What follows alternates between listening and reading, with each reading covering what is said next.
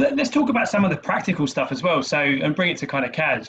Obviously, it's been a period of change for design studios, designers, and businesses. But there's been ways of working that we have adopted in the last 2 months that we can now apply back to a physical environment. Or, as Olivier is saying there, some people may never return to the physical environment. What are some of the more practical tools or things that you're using now as a business, or you're seeing within the industry that we can apply to the physical environment, or to this kind of hybrid environment with half people working at home and half the people working in the office?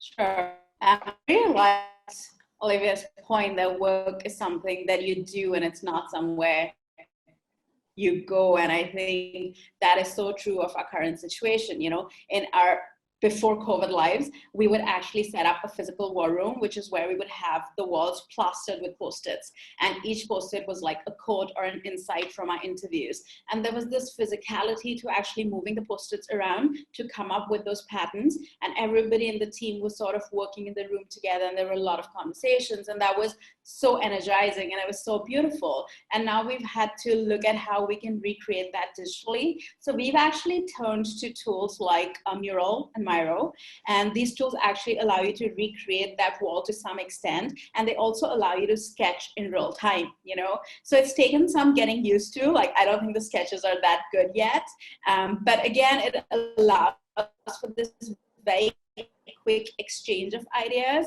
and people building on collaboratively. And I think just, from everything everybody on this panel has been saying, the truth is we are likely going to move to a hybrid model. Even here in Singapore, we know that it might be shifts, it might be on off. Later on in this year, it's predicted that we may just have a second wave. So I think it's good for us also behaviorally to adopt digital tools and just get used to this new way of working and just constantly trying, like we're prototyping on ourselves before we share a tool with a client, and just being unafraid to do that, to fail, learn, try again. Okay. Well, maybe we talk a little bit about work culture, right? So if it is a hybrid model and you've got people at home and people in the office, how are teams and businesses going to create that same collective ethos, the ability for people to work together around common goals and collaborate effectively and support one another? I mean, maybe Andreas, if you have a view on that, because you're obviously managing remote teams and you work with local teams, how do you think people will adjust either as leaders or as individuals when it comes to creating a collective work culture in a sort of a hybrid or a fully remote model? You're on mute. Pressing the button, exactly. Yeah, so maybe just to add to this, I think, a lot of this depends also on the industry. I think different industries have different, challenges. For some industries, it is much easier. Twitter announced to basically work from home indefinitely, Google until I think Q1 2021. So certain industries, for them, this is more natural and easy. For others, it might be more difficult. Funny that you mentioned Miro. We just also implemented Miro, which is a great platform in order to collaborate, not just amongst the team, but also involving the client in the process. So for me, I feel a lot of this is just stuff that has been there before. It's just never being really used, at least not on a large scale. So in a way, COVID has been a catalyst of this change. So from a technology perspective and a change perspective, I think this has been actually pretty good because businesses now realize, oh, we can also work in a different way.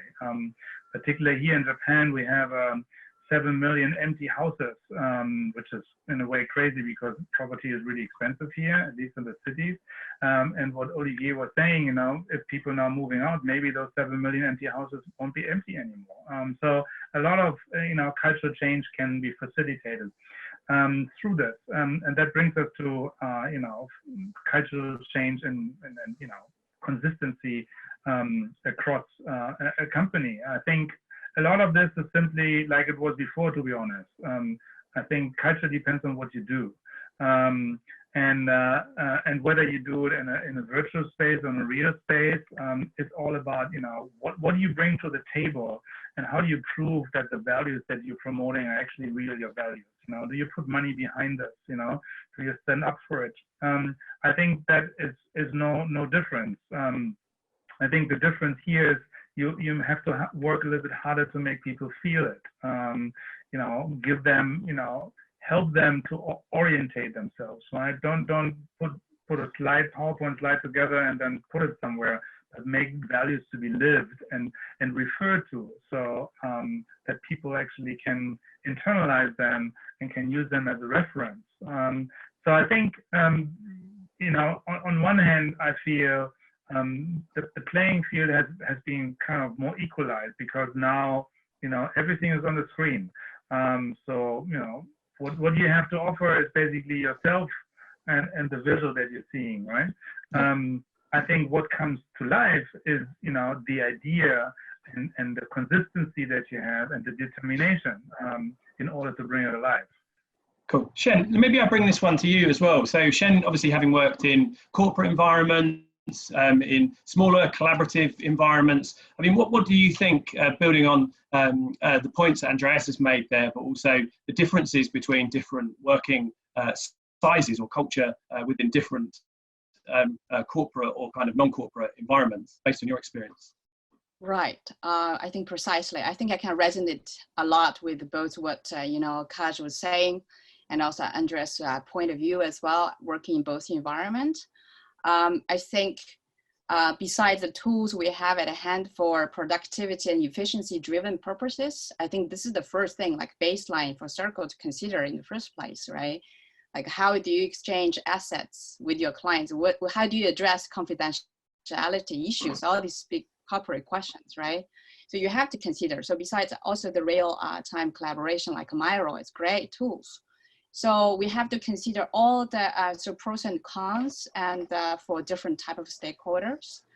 I think besides the tools we have to employ, one very, very important question for leadership, I think, in this time, is to consider mindset shift. I think how do we design the working process internally is very important. Previously, the reason why we sit in a common space physically is because we have different department silos, you know, we need to meet on a regular basis for common topics. So maybe it's time also we think of how do we design these leaner silos into more distributed manners, that we have a collaborative model. So it's okay, your team members talking with some other matrix team members as well, right? So I think the goal is for organization, we should be success oriented, not about task oriented. So then the individual's mindset also shift. I think this is very important. How do you make the individual thrive in this kind of circumstances, but also actually leverage the individual's strengths to work for the organizational success as well. I think this is very important. This means there is a high level of trust in others' ability and autonomy as well. Like if somebody's working remote, this person in the office shouldn't be jealous of this person working remote, you know? I don't think working now firsthand, we don't even know that's better, you know, because you're in this nonstop mode, right? So there are all these kind of mindset shift. I think this is very important. And then for organizations, you have to set up different tempos and rhythms. So before maybe you have a weekly meeting, you know, all these kind of things. Now it's like maybe break down into smaller tempo and rhythms. You also allow smaller units of sync-ups, you know, something like this. So great. This, yeah, for me, it's very important. Okay, amazing. Look, I think we're reaching the end of the 40 minutes that we had set out. But what I'd like to do is just go back to each of the panel and see if there's any kind of closing comments or insights or kind of ideas that we've neglected to share. So maybe starting with you, Kaj, is there anything that, based on the discussion or points that you want to raise and add to this forum? Well, I mean, one thing that I want to encourage all the attendees on the panel, I'm sure you guys are doing this, is just the conversations around mental health. You know, so at Heist, it's been something we've always spoken about. We actually came up with a tool, which is a set of cards that allow people to talk about how they're feeling or their biggest triumph in the day or something that's stressing them out. Because I wanted to encourage everybody in my team, a lot of whom are younger designers, just to feel comfortable talking about it and being vulnerable. And so I think in these times, it's become even more important to check in on each other's mental health. So while I really think, yeah, we're having a lot of conversations about, you know, the new productivity and collaboration and, you know, what the future of work is going to look like, I think it's also important for us as individuals to take care of our mental health, and then also like not be afraid to point out to somebody if you need time to decompress. You know, to Shen's point, where she's giving her team a few days just to chill out. You know, this idea of like, if you're at home, you can just take an hour off, yes, but also carving out specific times in our schedules for people to switch off. I think that's really important. Amazing. Olivier, do you have any kind of closing comments, anything that you want to add?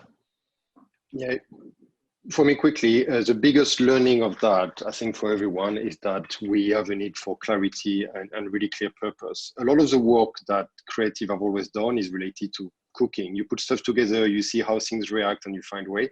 And now it's patisserie. You need to be extremely clear about what you need and how you get things done, because otherwise, when you're distant, it doesn't work. And the reality is, as we're going to go back to work, we have to remember that if one person is not at work, nobody is at work. Andreas, do you have closing comments? Anything you want to add? I think you're still mute. There you go. Pressing the button, yes. I've probably learned it at some point in time. Yeah, I think for me, the most important thing is, you know, embrace the opportunity. I think there are lots of opportunities in the situation. And instead of getting hung up on the problems, focusing on the good stuff of what's happening. All of this is here to stay. I think it's a you know, great opportunity to do the changes that were needed, and business will have to adapt. And I think that can only be good for us workers, if you wish, right? Because I think companies more realize now than ever that they need workers in order to get stuff done, right? So I think that's a good time in a way. And then Shen, any kind of last comments? Anything you want to close with? I think some personal realization is about, you know, this again is kind of reminder that, you know, how can we eliminate some of the non-essentials and really keep focus on very important stuff, whether it's for business or for personal matters. I think building resilience is in any times the most important thing. And for me to remember to live, it's very, very important. So amazing. Yeah, that's pretty much. All right, great. I think we are pretty much concluded. So, as I said at the beginning, we haven't haven't opened questions broadly to attendees, but do email me because we can follow up with some other content. I think the original idea in putting this together is that we would create some utility, something that people can take away and work with. So we will aim to answer any questions that haven't already been covered from the discussion. So drop me an email and we'll do that. And we'll try to share a summary of the kind of key insights that we have discussed here as well. But yeah, hopefully that was useful for everybody that attended. And thanks very much to everyone on the panel for taking part. And yeah, be well.